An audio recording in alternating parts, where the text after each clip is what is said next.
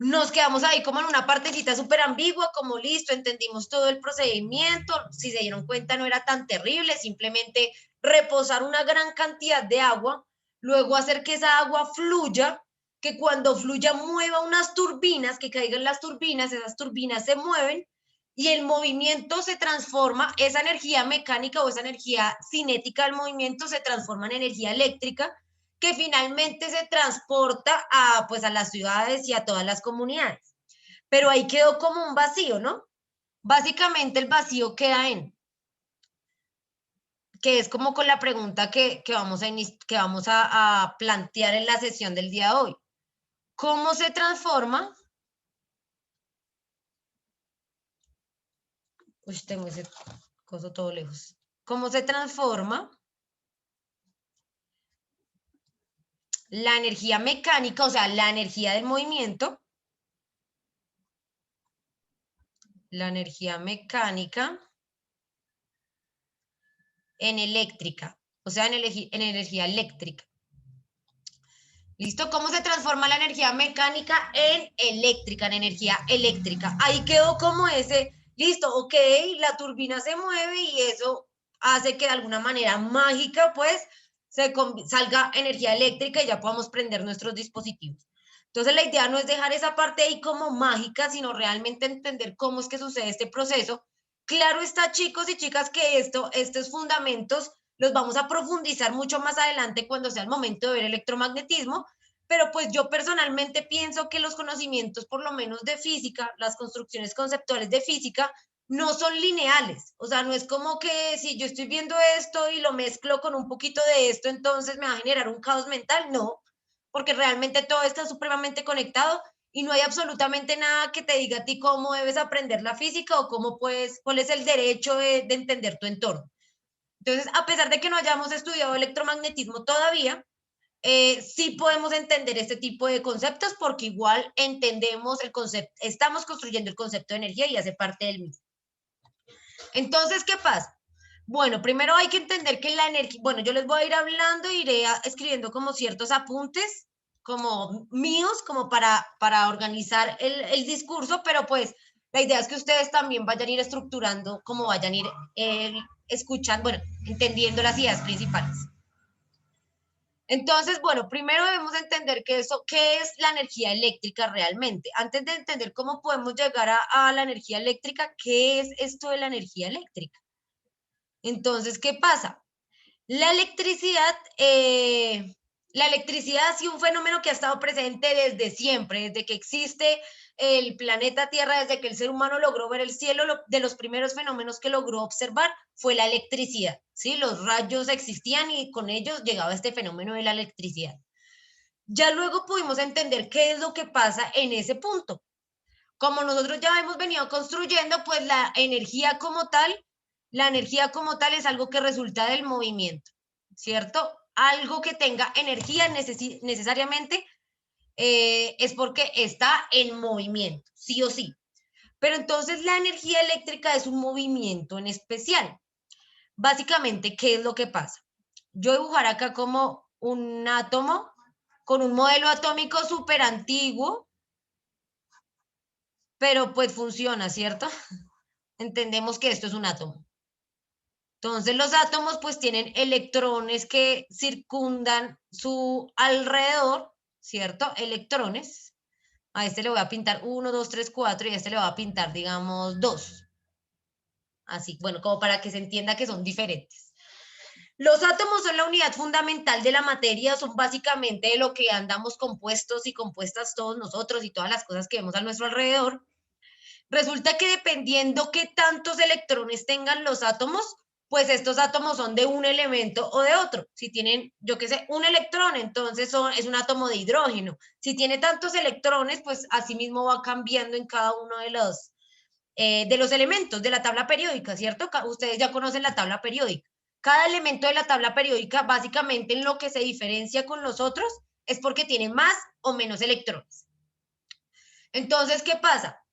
Cuando estos electrones empiezan, cuando estos átomos empiezan a moverse y empiezan ahí a chocar entre átomos, recuerden, ¿sí? Cuando hay movimiento, Resulta que los electrones que están en la parte de afuera, los electrones que están solitos, que ustedes deben haberlo ya estudiado en química, que se llaman electrones de valencia, que están ahí afuera del átomo, pues cuando se empiezan a chocar, empiezan a botar esos electrones, ¿sí? Como están ahí como en los exteriores, empiezan a transportárselos. Entonces, listo, yo tengo hartos átomos, te paso a ti, tú me pasas a mí electrones, perdón, átomos no, sino electrones. No, sí, se empiezan a chocar electrones. Pero un momento, para que este paso de electrones se dé, tiene que haber acá un material conductor. ¿Sí? Tiene que haber un material conductor para que los electrones puedan viajar. ¿Sí? Si nosotros generamos entonces movimiento, o sea, por ejemplo, yo puedo generar acá movimientos, en mis manos. Estoy generando acá movimiento. Los átomos que están presentes en mis manos están igual en movimiento, están ahí interactuando, ¿cierto? Se están chocando. La cuestión es que en este momento ellos no están transfiriendo como tal electrones porque mis manos no son conductoras. Sí, mis manos no son conductoras, entonces no están intercambiando electrones. Simplemente se están chocando entre sí y pues eso genera una sensación de calor. Sí, eso es lo que genera como que lo sentamos calientito cuando frotamos así nuestras manos. Pero no alcanzamos como tal a generar este paso de electrones. Solamente que los átomos se choquen, generan calor, pero no estamos los átomos que están ahí presentes no están compartiendo sus electrones con otros átomos, ¿sí? Simplemente están ahí chocándose ya. Pero cuando estos átomos se chocan sobre un material conductor, o sea, un material como un metal, por ejemplo, un material conductor es aquel que permite, justo esa su característica, permite que cuando los átomos se choquen, los electrones puedan viajar, ¿sí? Los electrones ahí sí empiezan a viajar. Entonces pasa más de lo que está pasando acá, porque cuando yo hago esto, como mis manitos no son conductoras, entonces pues los electrones no viajan entre ellos, solamente se chocan y generan calor. Pero cuando eso sucede en un material conductor, los átomos no solo se chocan, o sea, sí se chocan, generan calor también, porque los metales por eso se calientan, pero aparte de eso, aparte de generar esta sensación de calor, transfieren sus electrones, ¿sí? Empiezan a pasar los electrones, por lo que existe ese material conductor, entonces los electrones se empiezan a pasar. Cuando ¿Eso no empiezan, es lo de fisión nuclear? no necesariamente, esto es aún más sencillo, fisión nuclear es cuando eso mismo que les estoy comentando, pero con el núcleo. Acá estamos hablando es de los electrones que están por fuera. Ustedes deben haber visto eso. Yo sé que sí, los electrones de valencia, eso que es así una cosa como SP1, 2P no sé qué, 3P5, bueno, ya no me acuerdo, yo lo vi por allá en el colegio, no me acuerdo bien. Los electrones de valencia son los que están afuera. La fisión nuclear es cuando sucede en el núcleo, cuando se separa el núcleo. Pero acá estamos hablando de los electrones. Cuando los electrones pasan de átomo en átomo, empiezan a viajar, por acá y por acá, gracias a un material conductor, como que ese es el metro, el transmilenio de los electrones, ese metal o un material conductor. Ahí, entonces, en el paso de electrones, es cuando se genera esto de acá, ¿sí? Cuando se genera la electricidad. Básicamente, eso que ya no es solamente calor, cuando los átomos no solo se chocan y generan calor, sino que se empiezan a compartir electrones, es ahí cuando decimos se genera una corriente eléctrica. Eso es lo que genera la electricidad, básicamente. Que los átomos puedan compartir y transferirse electrones entre ellos. Ese cambio de electrones, el hecho de que un electrón pase de un átomo a otro, es lo que me genera electricidad. Ese es el fenómeno que conocemos como electricidad o energía eléctrica. Entonces, ¿qué pasa? Más allá de eso, ¿qué pasa con esto? Listo. ¿Ya hasta ahí más o menos claro? ¿Más o menos claro o alguien está súper perdido así con lo de la energía eléctrica? Listo. Entonces, básicamente, ¿por qué se llama energía eléctrica? Porque hay movimiento. ¿Movimiento de qué? De electrones pasando a otros átomos, ¿sí? De electrones viajando ahí entre átomos eh, por un material conductor. Si no hubiera material conductor, no logran viajar los electrones. Si muchos se calientan, pero no logran generar electricidad. Entonces, cuando los electrones logran viajar es cuando hablamos de energía eléctrica, una de las tantas manifestaciones de la energía, así como la energía cinética, que es la del movimiento como tal, la energía potencial, que es la energía que nos afecta con la gravedad dependiendo qué tan alto estemos.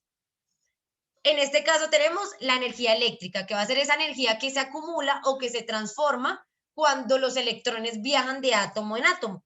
Eso es lo que conocemos como electricidad.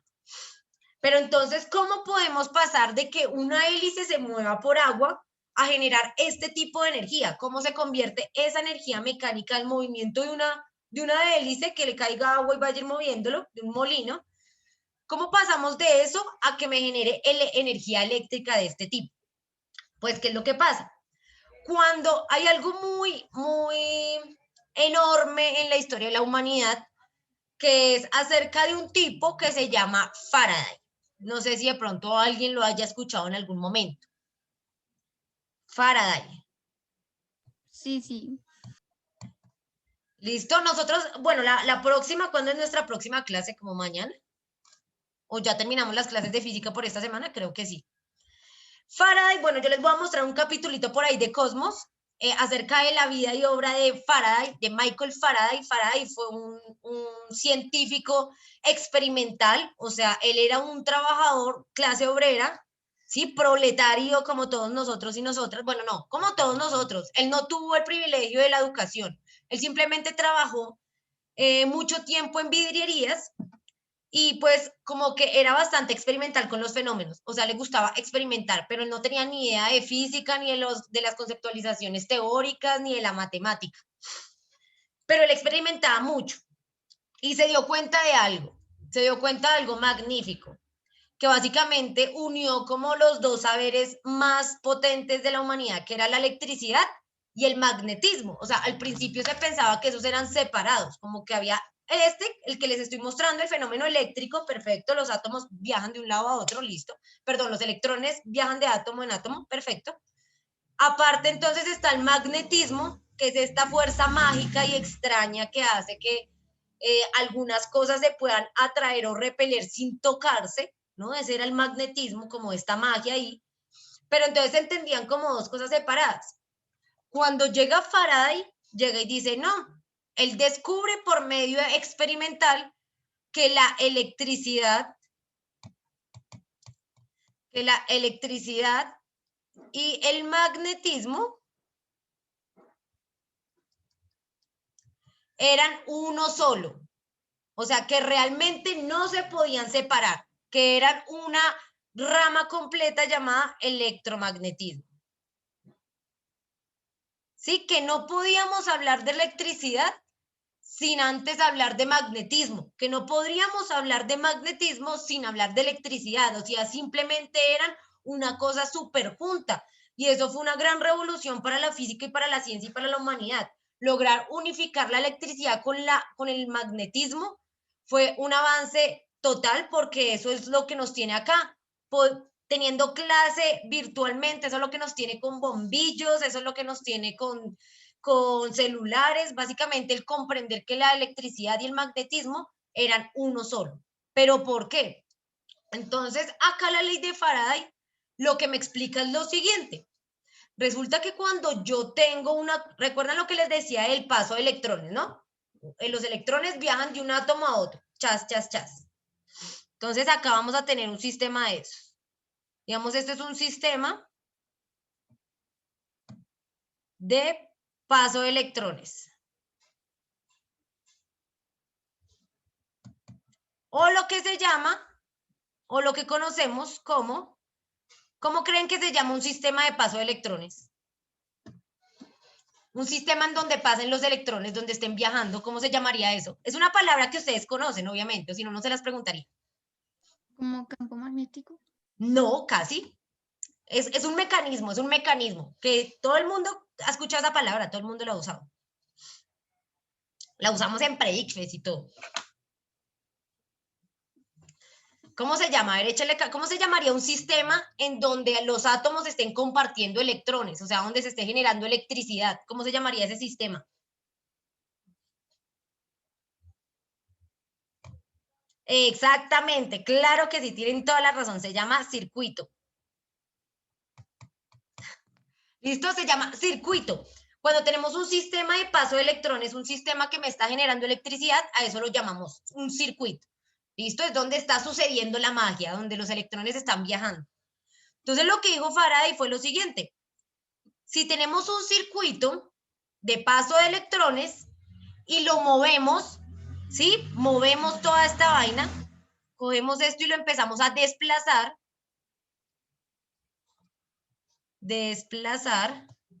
cogemos todo el circuito y lo empezamos a mover, pues resulta que ese circuito eléctrico me genera un campo magnético.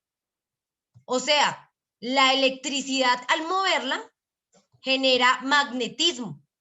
¿Me entienden? O sea, si la electricidad o el circuito está quieto, es solo electricidad. Pero cuando movemos el circuito, me genera magnetismo. Esto es básicamente algo súper revolucionario, que es lo que permite que las hidroeléctricas funcionen, es lo que permite que existan motores. Pero eso no lo vamos a alcanzar a terminar de ver hoy, entonces voy a detener la grabación.